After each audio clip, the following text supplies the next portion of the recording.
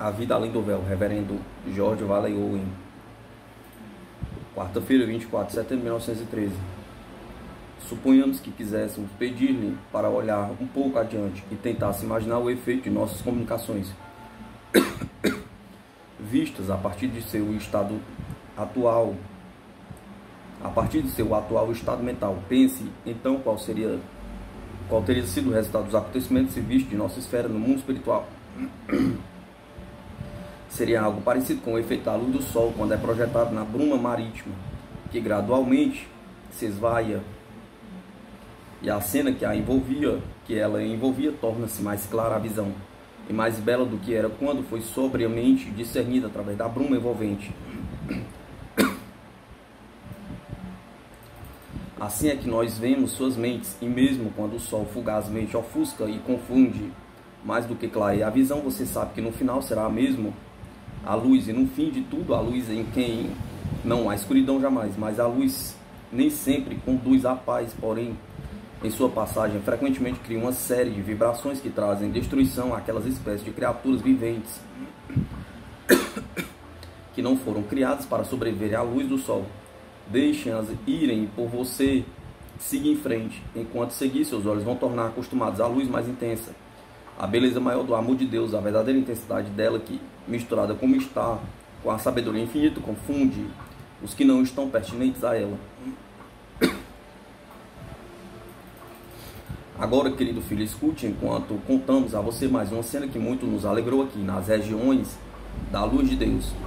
Estávamos passeando pouco tempo atrás num local bonito, numa floresta, e enquanto andávamos, conversávamos um pouquinho, nada mais que um pouquinho, por causa da sensação musical que parecia absorver tudo mais em seu sacro silêncio. Então, num caminho diante de nós estava aquele que podemos interpretar como sendo um anjo das esferas mais altas. Ele ali estava olhando para nós com um sorriso na face, mas nada dizia.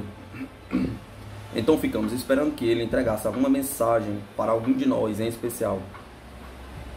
Era isso mesmo, já que quando paramos e ficamos ali na expectativa, ele veio em nossa direção. Levantando o manto que usava, era da cor do âmbar, colocou seu braço e rodeou o meu ombro, colocando sua face em meu cabelo, já que ele era muito mais alto do que eu. Disse suavemente: minha criança, fui enviada a você por seu mestre, em quem você aprendeu a crer, e a estrada à sua frente é vista por ele, mas não por você. A você serão dadas as forças necessárias para o que tiver que fazer, e você foi escolhida para uma missão que lhe é nova. Em seu serviço aqui, você poderá, claro, visitar estes seus amigos se desejar, mas agora deve deixá-los por um tempo, e eu lhes mostrarei sua nova moradia e as novas incumbências. Então os outros se aproximaram em torno de mim, beijaram-me e seguraram-me. Minha mão na deles, estavam tão contentes quanto eu, apesar de que não seja a melhor palavra para ser usada em meu caso. Não contém a paz suficiente. Depois de um tempo, depois que ele nos deixou falar e imaginar e que o que a mensagem significaria, veio em nossa direção mais uma vez. Desta vez tomou-me pela mão e guiou-me para fora dali.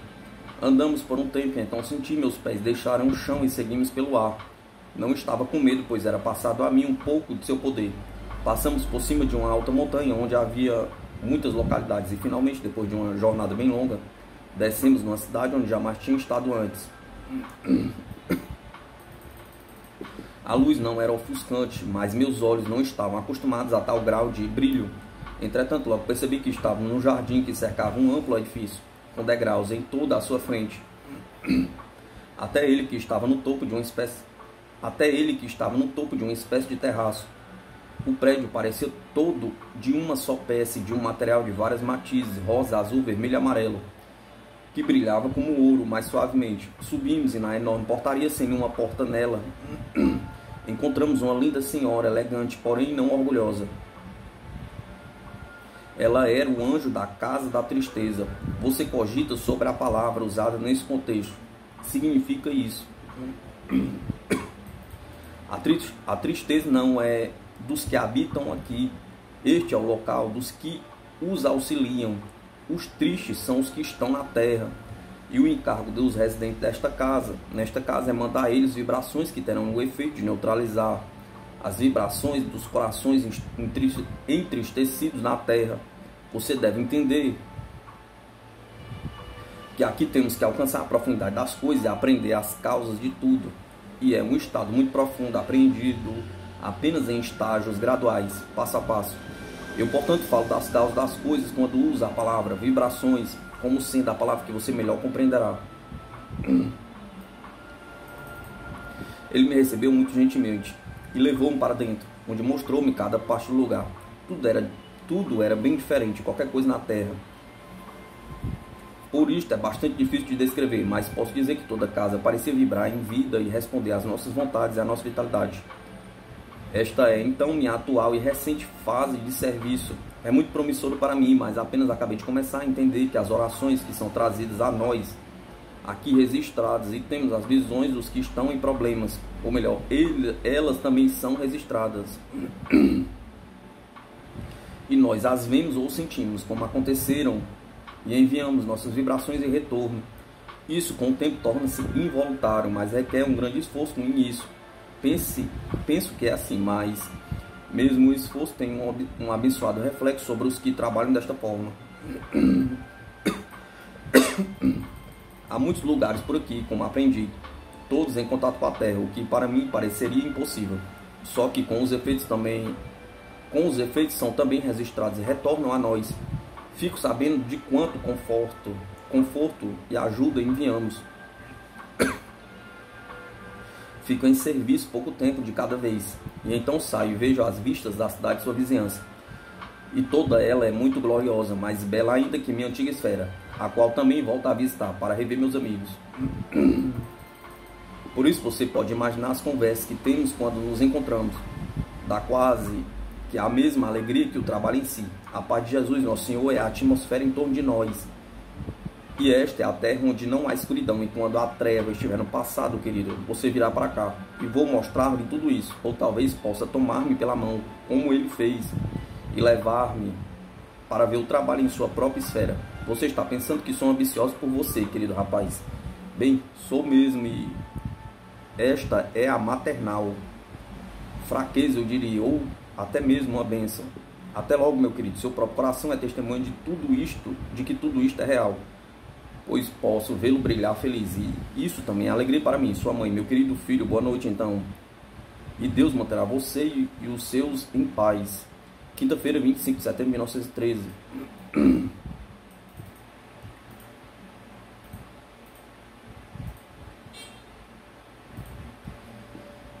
O que mais queremos lhe dizer esta noite é para ser entendido como uma tentativa imperfeita de transmitir-lhe do que é o significado daquela passagem da qual você sempre se lembra, onde nosso Senhor disse a São Pedro que ele é um adversário dele. Ele, como você se recordará, estava a caminho da cidade santa e esteve dizendo a seus apóstolos que seria assassinado ali. Agora, o que ele evidentemente queria passar a eles era o fato de que, apesar de não para os homens, sua missão parecesse terminar em falha. Ainda assim, aos seus olhos que pudessem ver como ele faria que os dele vissem, seu fim era apenas o começo de uma evolução muito mais poderosa e gloriosa da missão que lhe foi confiada pelo Pai para a elevação do mundo.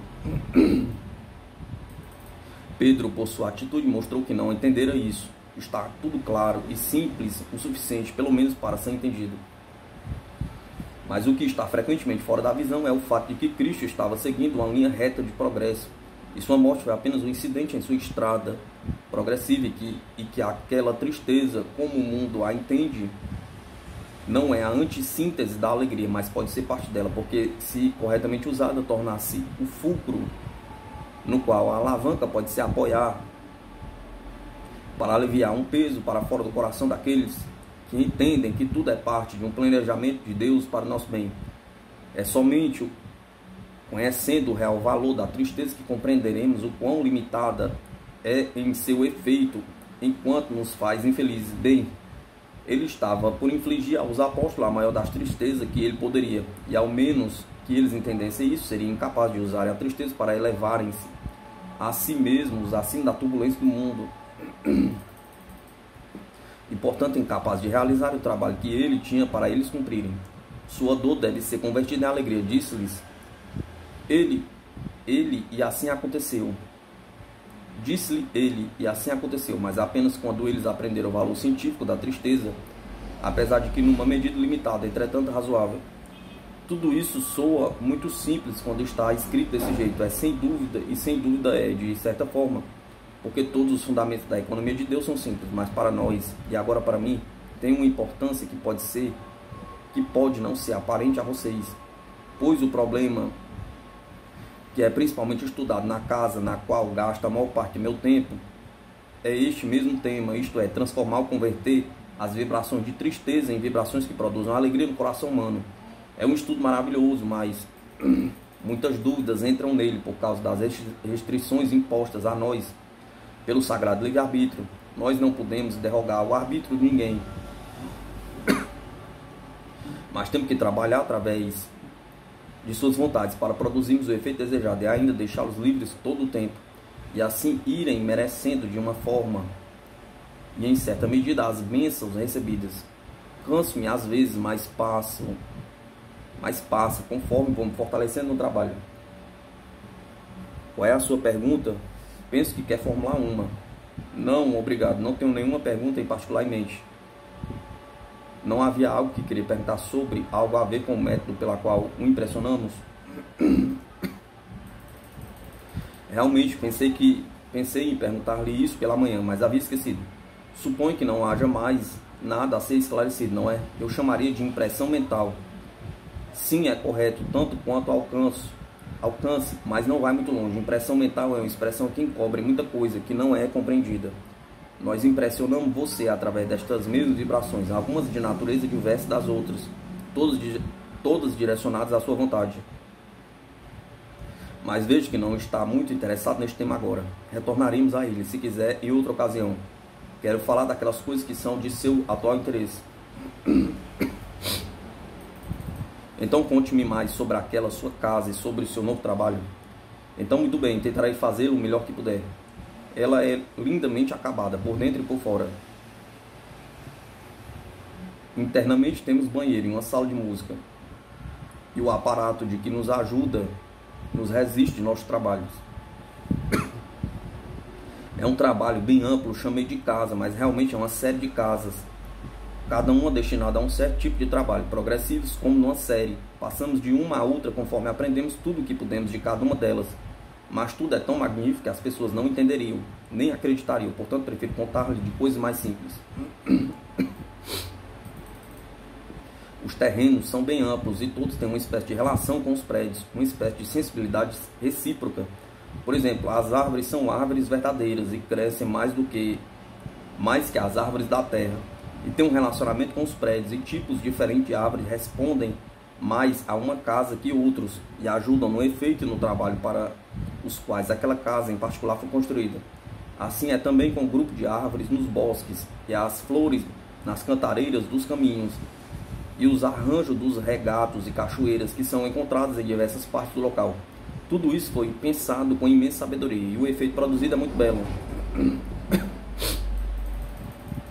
A mesma coisa se obtém na Terra. Todas as vibrações lá são tão pesadas, comparativamente, tanto dos que emitem quanto dos que recebem, que o efeito é quase invisível. Apesar disso, assim é. Por exemplo, você sabe que algumas pessoas conseguem plantar com sucesso mais flores e árvores que outras, e que as flores permanecem vivas mais tempo em algumas casas e suas famílias que em outras, quero dizer, das flores colhidas. Tudo isso aqui é a mesma coisa, de uma forma geral. Aqui estas influências são mais potentes em suas ações e também os receptores são mais sensíveis na recepção. E isso, veja, é uma das coisas que nos ajudam em diagnósticos acurados dos casos que são registrados aqui, a fim de que sejam lidados por nós. A atmosfera também é naturalmente afetada pela vegetação e pelas construções, já que, deixa-me repetir, estas casas não foram construídas meramente de forma mecânica, mas são o desenvolvimento, fruto, se preferir, da ação da vontade dos mais evoluídos na hierarquia destes reinos e, portanto, de mais poderosa vontade criativa. A atmosfera tem também um efeito em nossas vestimentas, a influência às nossas próprias personalidades, por seu efeito na textura e coloração. Desta forma, se fôssemos espiritualmente do mesmo grau, nossa roupagem seria da mesma cor e textura, por causa da influência atmosférica. De fato, ela é modificada na mesma graduação em que nossas características diferem uns dos outros. Também o matiz de nossas roupas muda de acordo com a parte do terreno em que estejamos. É muito interessante e instrutivo, e também muito bonito vê-las variando de cor conforme percorremos uma estrada onde floresce vegetação diferente, ou onde o conjunto das várias espécies de plantas é diferente. A água também é muito bonita. Vocês ouvem das ninfas das águas e sobre seres semelhantes na vida da terra.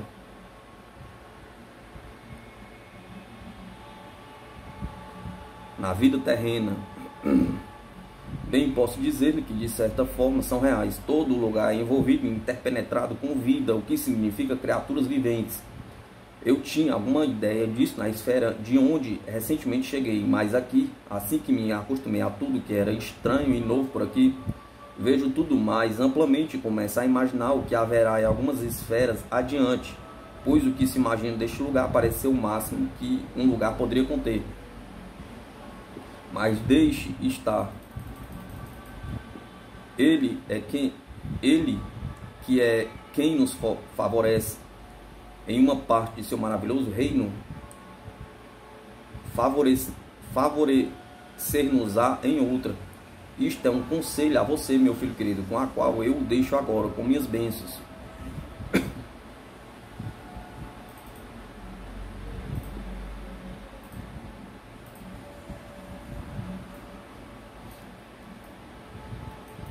Nota de George Vale Owen. Enquanto escrevia a primeira parte desta mensagem, não pude perceber a linha do argumento, que me parecia fraca e confusa. Ao lê-la por completo, entretanto, não posso mais dizer isso. Tomando o que é dito das vibrações de tristeza como sendo meramente uma sugestão sobre os fundamentos e aplicando nisso alguns desses raciocínios, como os da teoria que é aplicado na irradiação ondulatória de luz e calor, o resultado seria algo como: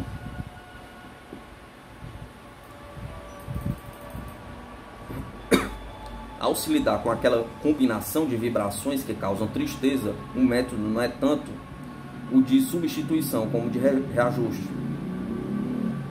Ao direcionarmos a alma triste outras categorias de vibrações, aquelas de tristeza são, algumas delas, neutralizadas e outras são modificadas e convertidas em outras vibrações. O efeito disso é a alegria ou paz. Visto desta forma, a mensagem acima parece realmente ter significação e pode talvez lançar alguma luz na forma pelas quais os problemas são realmente tratados na vida. Certamente parece ser parte de um método divino. Não que o aspecto exterior e as circunstâncias de tristeza devessem ser remediadas, exceto em casos extremamente raros, mas que outros elementos deveriam ser infundidos, os quais deveriam ter o efeito de converter a tristeza em alegria. Isto é apenas uma questão de observação diária. Para a mente não científica, parece que está se dando uma grande volta. A outros parecerá razoável sugerir que estas outras vibrações são vibrações reais de outra categoria ou valores. A passagem referida está em João 16:20. Eu vos afirmo, esta é verdade, chorareis e gemereis, enquanto o mundo se alegrará. Vós estareis na tristeza, mas vossa tristeza se converterá em alegria. Sexta, 26 de setembro de 1913.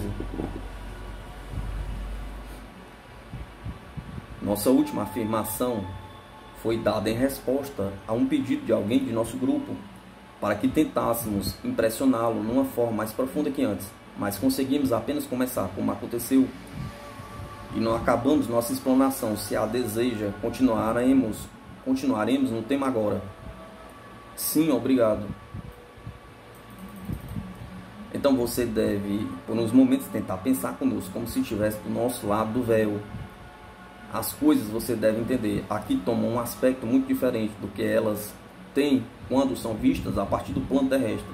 É um aspecto, temo que os que ainda na Terra desejam, pelo menos em muitos casos, que é usar um semblante de irrealidade e romance.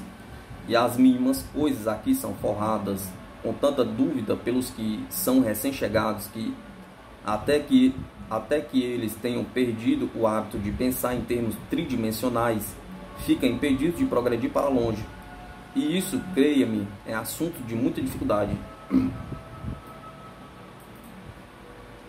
Agora o termo vibrações deverá servir, mas está longe de ser adequado para as coisas materiais serem entendidas. Pois tais vibrações, como estas que mencionamos, não são meramente mecânicas quanto ao seu movimento e qualidade, mas tem nelas uma essência de vitalidade, e é dessa vitalidade que nós apropriamos e usamos.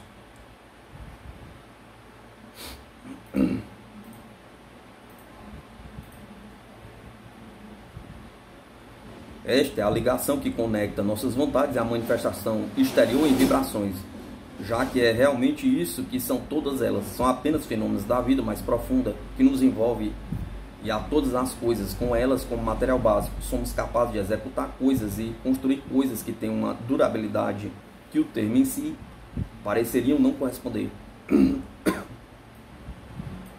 Por exemplo, é por este método que a ponte sobre o abismo entre as esferas de luz e de trevas é construída.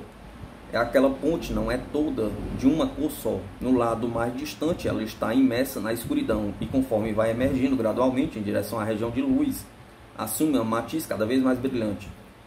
E onde ela está assentada nas alturas em que começam os planos mais luminosos, é a matiz de cor rosa e os raios de luz que o envolvem, como uma prata rara ou ainda o alabastro. Sim, claro, há uma ponte sobre o abismo. De outra forma, como poderia sair aqueles que venceram os caminhos acima, através da escuridão? Pergunta.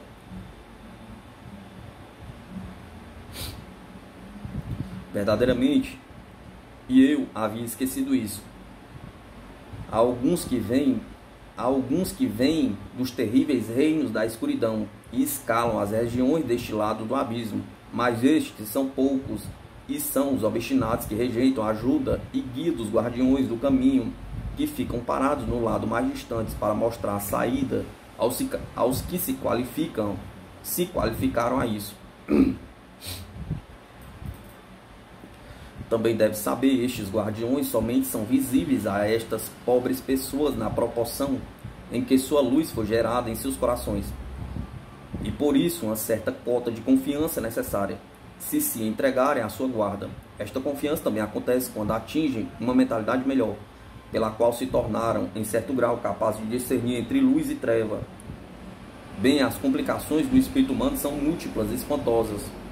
Portanto, vamos a algo mais fácil de ser colocado em palavras. Eu acabo de chamar de ponte, mas eu deveria ter me referido a uma passagem. A luz do corpo é o vosso olhar.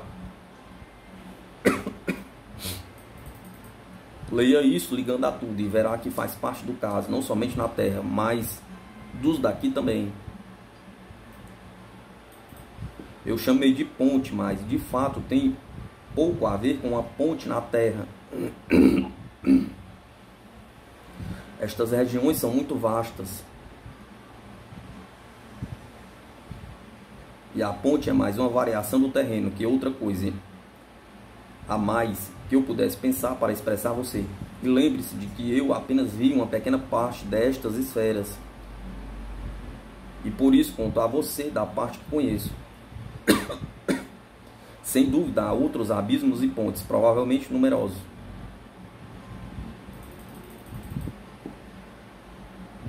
Através do princípio da ponte, então,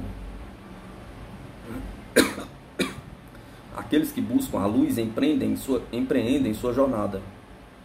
E a jornada é bem lenta e há muitas casas de repouso onde eles podem descansar de vez em quando em sua viagem progressiva. Mudam de um para outro grupo de anjos mantenedores.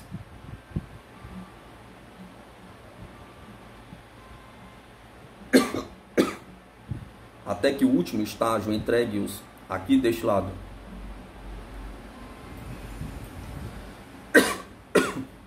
Nosso trabalho na casa ou colônia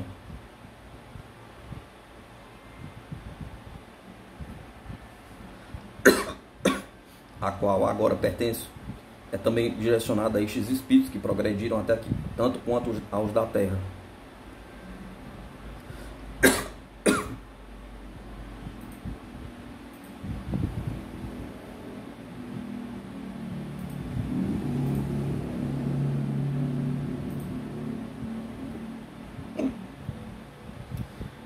Mas este é um departamento diferente do meu atualmente. Ainda não fui tão longe em meus estudos, mas é difícil porque as influências em torno de nós, em torno dos que estão nas trevas, aqui são muito mais danosas que as influências na Terra, onde boas influências estão sempre se mesclando com as más.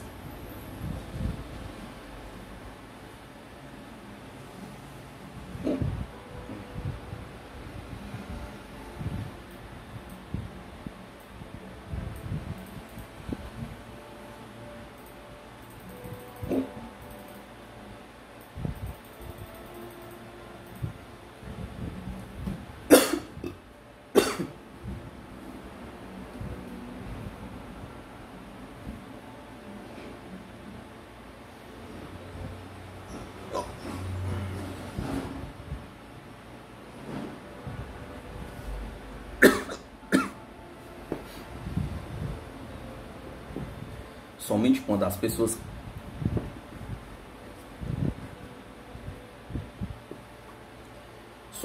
as pessoas carecentes e enfraquecidas chegam até aqui é que percebe a terrível tarefa diante delas. E este é o porquê de tantos permanecerem por tanto tempo numa condição de desesperança e desespero, quando estão a salvo sobre a ponte. Elas são recebidas por esses nas encostas, onde a grama e as árvores crescem, e ficam estupefatos pelo prazer, em vez de se prepararem gradualmente, pois ainda não estão acostumados ao amor e à sua doçura, depois das experiências adversas lá embaixo.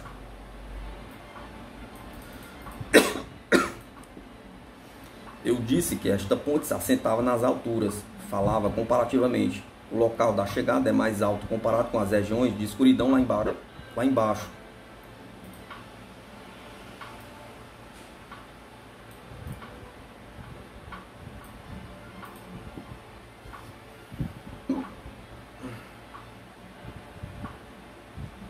Mas de fato é a região baixa, o plano mais baixo, sem dúvida, da região celeste.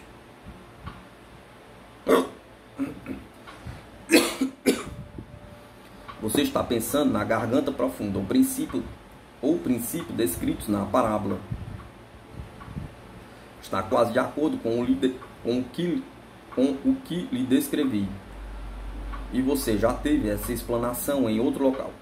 Também a razão pela qual estes que chegam fazem isso em vez de atingir este lado por viagem aérea ou voo.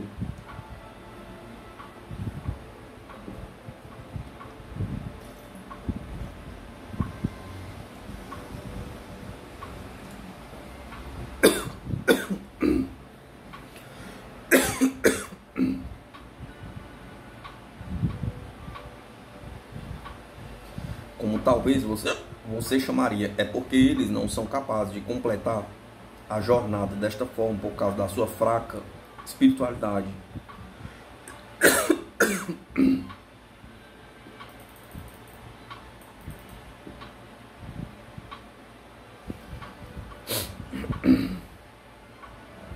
Se eles tentassem isso, cairiam no vale escuro, perdendo então seu caminho. Não fui longe nessas regiões escuras, mas fiz uma pequena parte do percurso. E a miséria que vi foi mais que suficiente por bastante tempo. Quando eu progredi no atual trabalho e tiver por algum tempo ajudado estas pobres almas lá do ponto avantajado daquela casa, e tiver permissão, e provavelmente irei mais adiante entre eles, mas não é para agora.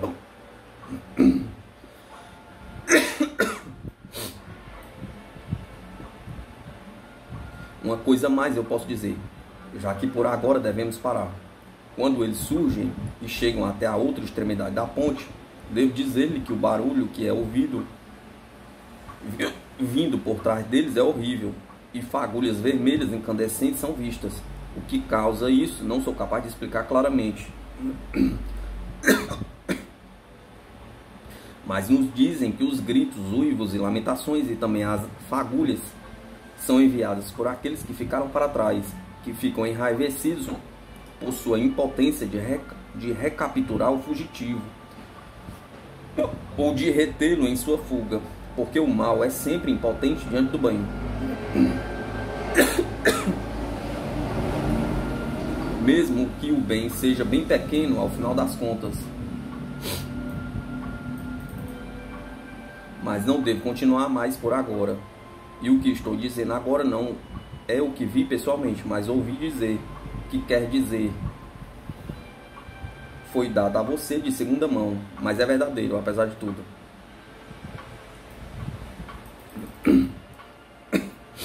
Boa noite, meu querido filho, possa o Pai de todos cobrir com sua luz e paz a você e aos seus, possa você ver luz na sua luz, o brilho daquela luz seja de uma aurora de paz.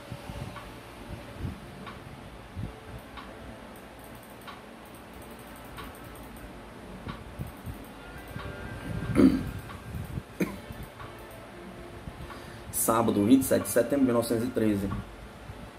Eu pediria aos meus amigos para que tentassem impressionar-me mais vivamente.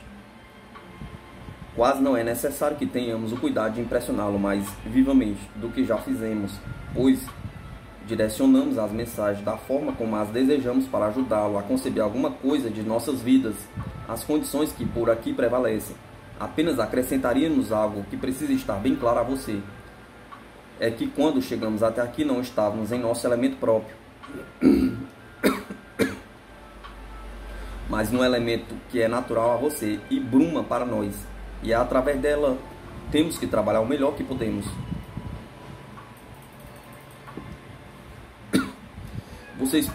Vocês podem me ver enquanto eu estou aqui sentado escrevendo? Pergunta. Realmente vemos você, mas com olhos diferentes dos seus. Nossos olhos não estão acostumados ao efeito da luz que vocês têm na Terra. Nossa luz é de tipo diferente, uma espécie de elemento interpenetrante pela qual somos capazes de discernir o mais íntimo de sua mente. E é por ela que conversamos, com você mesmo, e não, é claro, com os seus ouvidos exteriores. Por isso, é você mesmo que vemos, e não seu corpo material, o qual é apenas um vestimenta envolvente. Quando o tocamos, entretanto, você não sente o toque fisicamente, mas espiritualmente. E se deseja aprender nosso toque, terá que mantê-lo na mente e olhar mais profundamente que o corpo e o cérebro mecânico dele.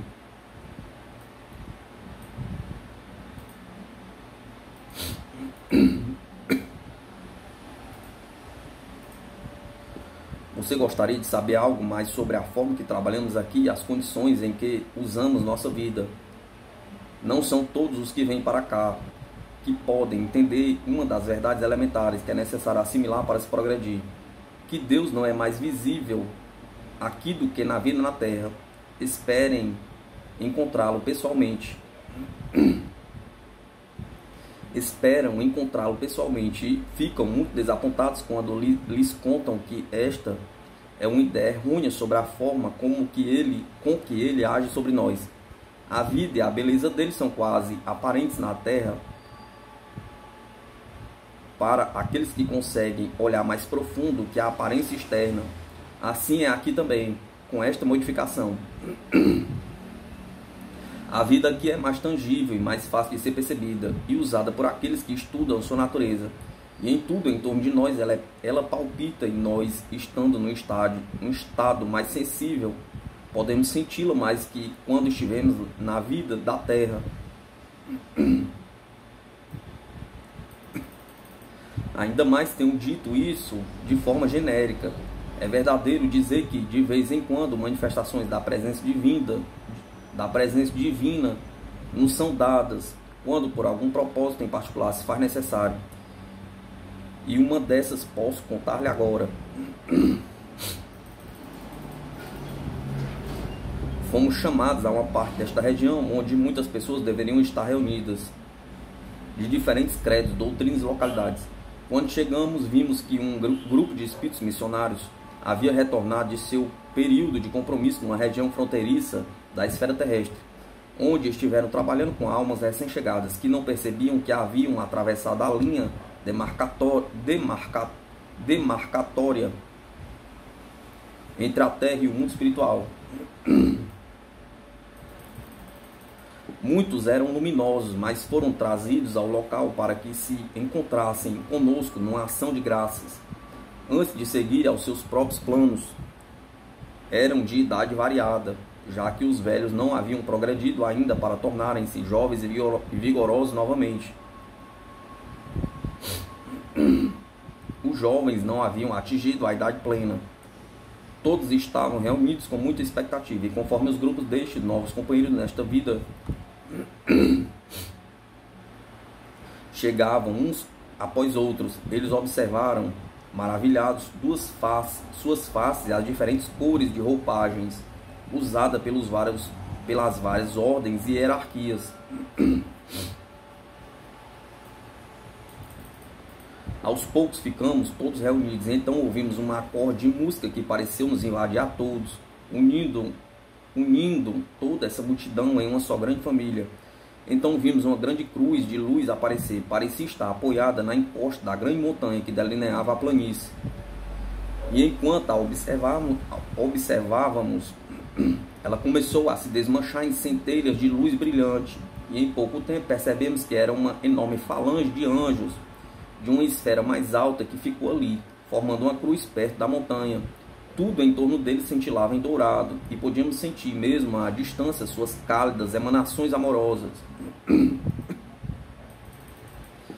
Gradualmente eles foram ficando mais nítidos para a nossa visão, conforme tornaram-se mais presentes neste ambiente inferior ao deles.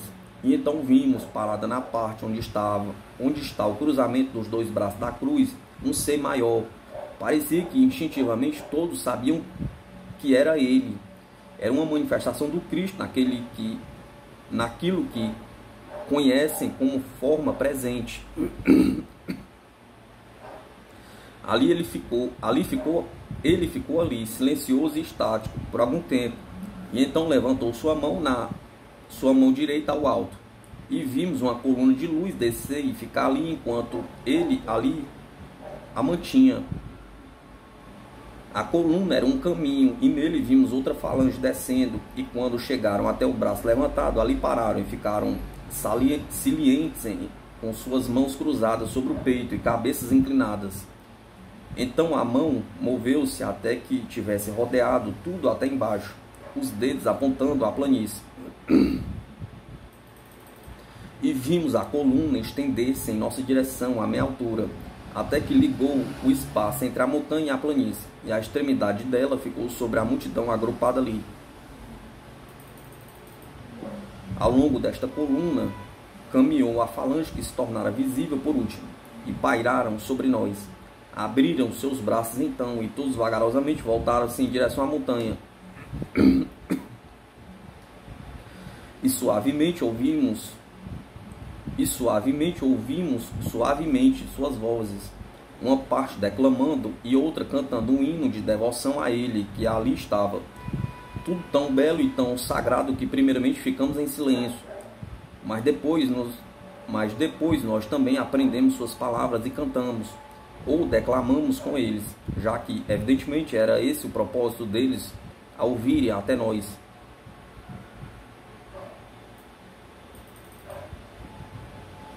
Enquanto cantávamos, elevou-se entre nós e a montanha uma neblina de matiz azulado que tinha um efeito muito curioso.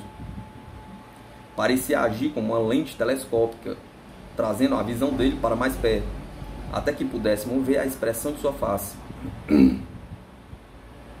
Aquilo agia assim também nas formas daqueles que ficaram bem abaixo dele. Mas nós não tínhamos olhos para ele, somente para sua face e forma tão graciosas. Não posso descrever a expressão, era um misto de coisas que as palavras não traduzem, a não ser em pequena parte. havia mesclados o amor, a piedade, a alegria e a majestade, e eu senti que a vida era uma coisa muito mais, era uma coisa muito sagrada, quando unia a ele e a nós em um só laço.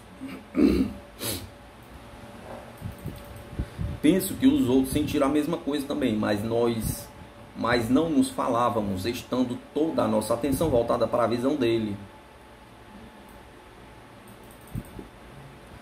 Então, lentamente a neblina esvaneceu na atmosfera e vimos a cruz na montanha, e ele como antes, apenas visto com mais dificuldade, e os anjos que haviam se aproximado de nós foram embora, pairando agora sobre ele. Então gradualmente tudo sumiu. Mas o efeito foi um sentimento muito definido de sua presença, muito atuante e perpétua. Talvez tenha sido esse o objetivo desta visão, ser oferecida aos recém-chegados, que apesar de não poderem ver tão claramente como nós que estávamos aqui há mais tempo, mesmo assim puderam ver o suficiente para que os encorajasse e lhes desse paz. Ficamos por ali por mais algum tempo, e então silenciosamente seguimos nosso caminho, não conversando muito porque estávamos impressionados com o que havíamos testemunhado. E também, depois de todas essas manifestações, sempre havia muito em que pensar. É tão glorioso que ninguém pode captar todo o seu significado enquanto ela esteja acontecendo. Deve-se pensar sobre ela gradualmente, e conversamos entre nós sobre tudo, cada um dando suas impressões, e agrupando todas, descobrimos que uma revelação havia sido feita sobre algo que não entendíamos muito bem. Naquele momento, o que mais parecia haver nos impressionado foi o poder que ele tinha de falar a nós silenciosamente. Nós não pronunciaram uma só palavra, mas nos pareceu estarmos ouvindo sua voz, conversando conosco a cada movimento que fizesse. E entendemos muito bem que a voz dizia, apesar do que realmente nada falara: isto é tudo o que posso lhe contar por agora. Portanto, adeus, querido filho, e possa você ver, como realmente verá um dia, o que o nosso Senhor tem guardado para aqueles que o amam.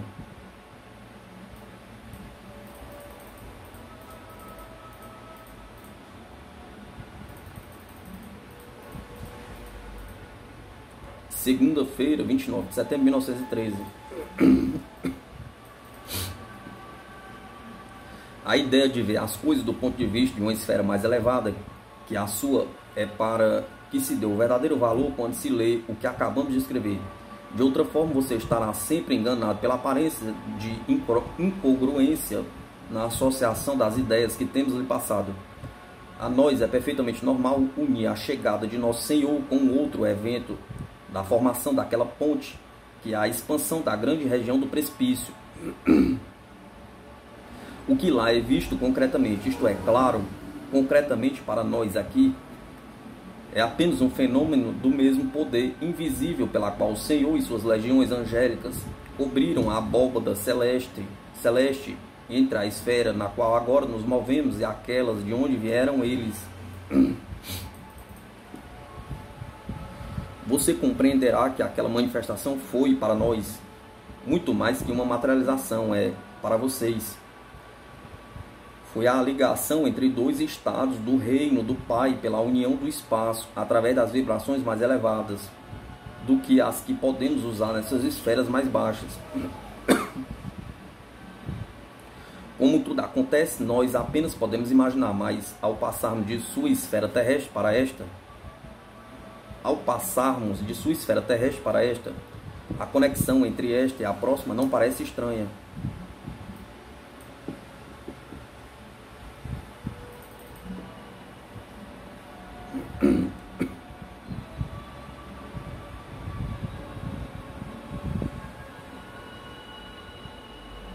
Desejamos que você pudesse ser melhor esclarecido ao observar algumas das maravilhas de nosso plano, pois então tudo lhe pareceria mais natural, tanto em sua jornada na Terra, quanto também quando vier para cá, e nada soar estranho em sua mente.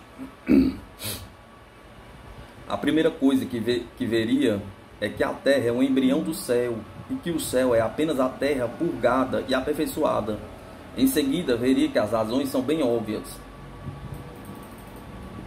Para ajudá-lo neste assunto, portanto, tentaremos contar-lhe de um sistema que temos aqui para separar e discernir entre as coisas que importam e as de menor importância. Quando estamos com alguma dúvida, e falo apenas de nosso círculo imediato, vamos ao topo de algum edifício ou montanha, ou algum lugar elevado de onde possamos avistar as terras distantes que nos cercam. Então expomos nossas dificuldades, e quando acabamos de completar o raciocínio, ficamos em silêncio por um tempo, esforçando-nos por retratar tudo dentro de nós, de forma como as coisas são.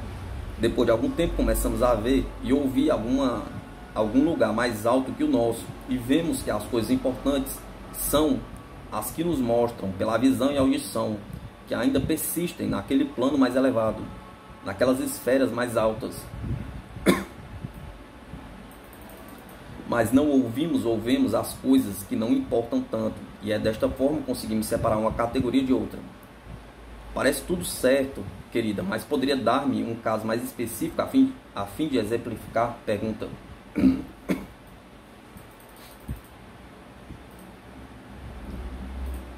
Penso que sim, tivemos que lidar com uma dúvida e não sabíamos como agir da melhor forma. Foi sobre uma mulher que estava aqui por um bom tempo e não parecia capaz de progredir muito. Não era má pessoa, mas parecia ser insegura a respeito de si mesma e de todos os que a cercavam. Sua principal dúvida era sobre os anjos, se eles eram todos de luz e bondade, ou se alguns eram de um estado angelical e outros de escuridão. Por algum tempo não conseguimos ver o porquê disto estar perturbando-a tanto, já que tudo por aqui parecia ser amoroso e brilhante. Mas descobrimos que ela tinha alguns parentes que haviam vindo para cá antes dela, e a quem ela não vira e não conseguia encontrar seu paradeiro.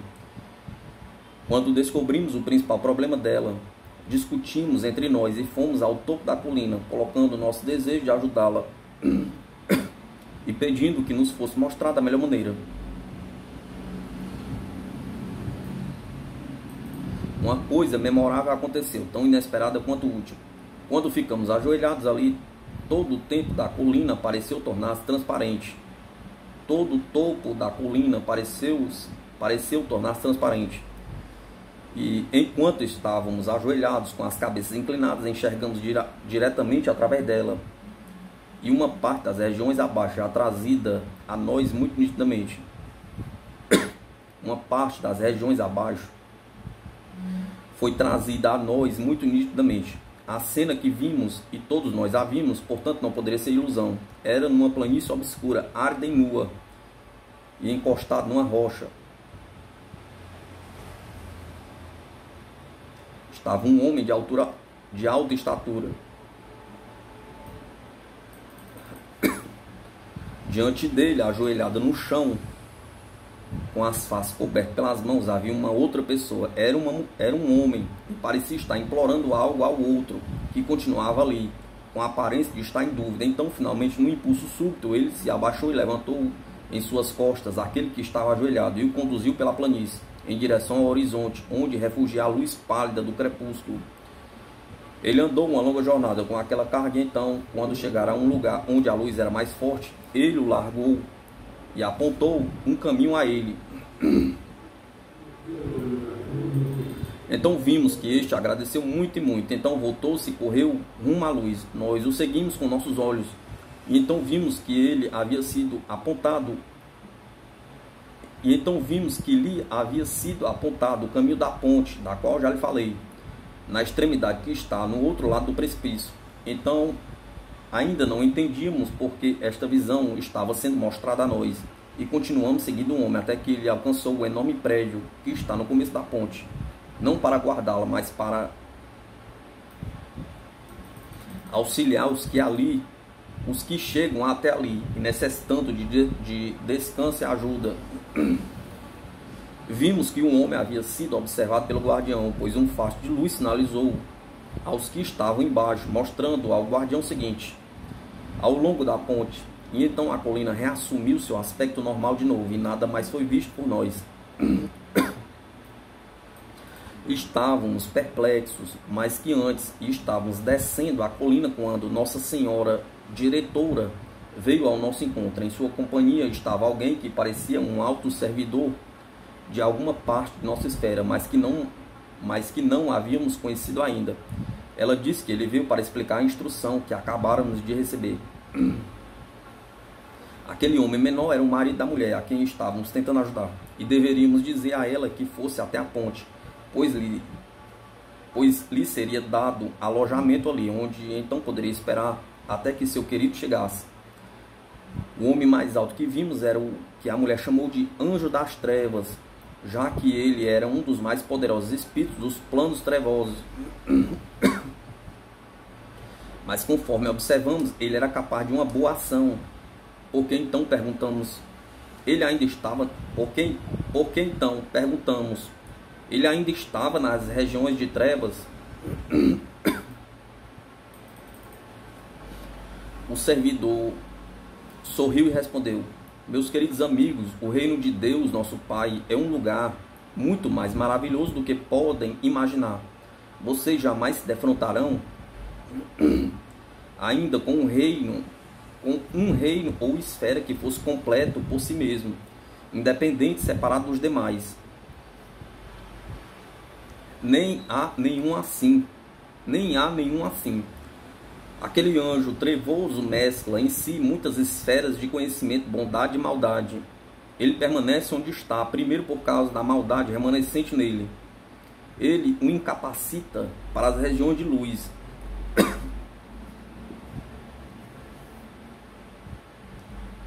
Que o incapacita para as regiões de luz. Ele permanece ali também porque ele poderia progredir se quisesse. Mas mesmo assim ele não o deseja por enquanto, em parte por causa de sua obstinação, a parte porque ele ainda odeia a luz e acha que os que partem para a horrível montanha são loucos, pois a dor e as agonias são mais intensas ali, em razão do contraste com o que vem entre a luz e a escuridão. Então ele fica, e há multidões com ele, a quem uma espécie de desespero embrutecedor e estonteante impede de seguir adiante. Seguirem adiante.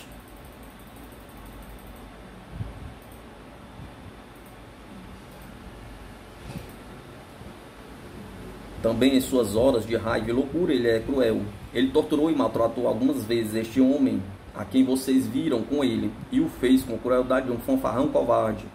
Mas como viram, isto foi superado, e quando o homem implorou nesta última vez, alguma corda sensível no coração do outro vibrou um pouquinho só, e no impulso, temendo uma reversão em suas intenções, liberou sua vítima, que desejou empreender a jornada, e apontou-lhe o caminho, sem dúvida pensando em seu coração no quanto ele era estúpido, e contudo talvez um estúpido mais inteligente que ele, afinal de contas.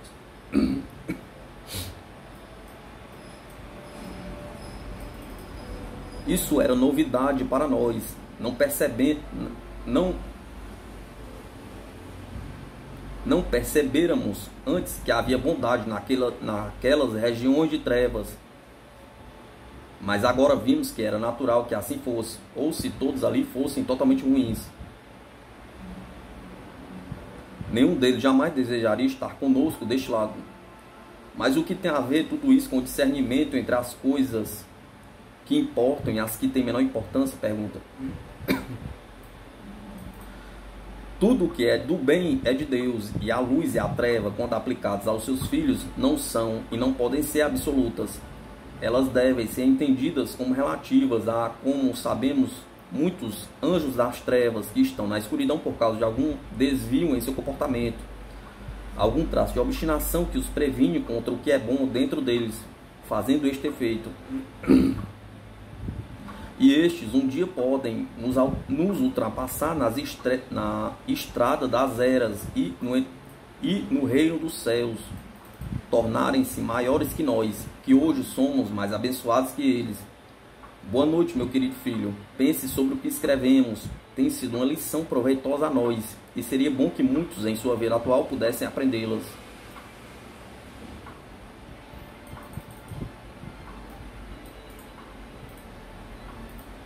A Vida Além do Véu, Reverendo Jorge Vale Owen.